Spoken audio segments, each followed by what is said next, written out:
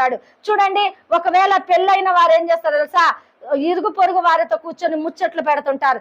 ఏ విధంగా నువ్వు ముచ్చట్లు ఆడుతున్నావు, ఏ విధంగా నువ్వు ముచ్చట్లు ఆడుతున్నావు, ఏ విధంగా వారితో నువ్వు మాట్లాడుతున్నావు? నీ కుటుంబ విషయాలు మాట్లాడుతున్నావా, లేకపోతే నీ భర్త విషయంలో మాట్లాడుతున్నావా, నీ భార్య విషయంలో మాట్లాడుతున్నావా, లేకపోతే నీ తల్లిదండ్రుల విషయంలో మాట్లాడుతున్నావా అన్నది ఒకసారి తెలుసుకోవాలండి. మన కుటుంబ విషయాలు అందరికీ చెప్తే ఏమైపోతుంది తెలుసా? నువ్వు చెప్పే ఒక్క మాటే, కానీ మొత్తము కూడా మనం ఉన్న ప్రాంతం అంతా కూడా టీవీ లాగా వెళ్ళిపోతుందండి, ఒక వార్త పేపర్ లాగా వెళ్ళిపోతుంది. ఒక్కరికి నువ్వు చెప్తావు, కానీ 10 మందికి వెళ్ళిపోతుందండి ఆ మాట.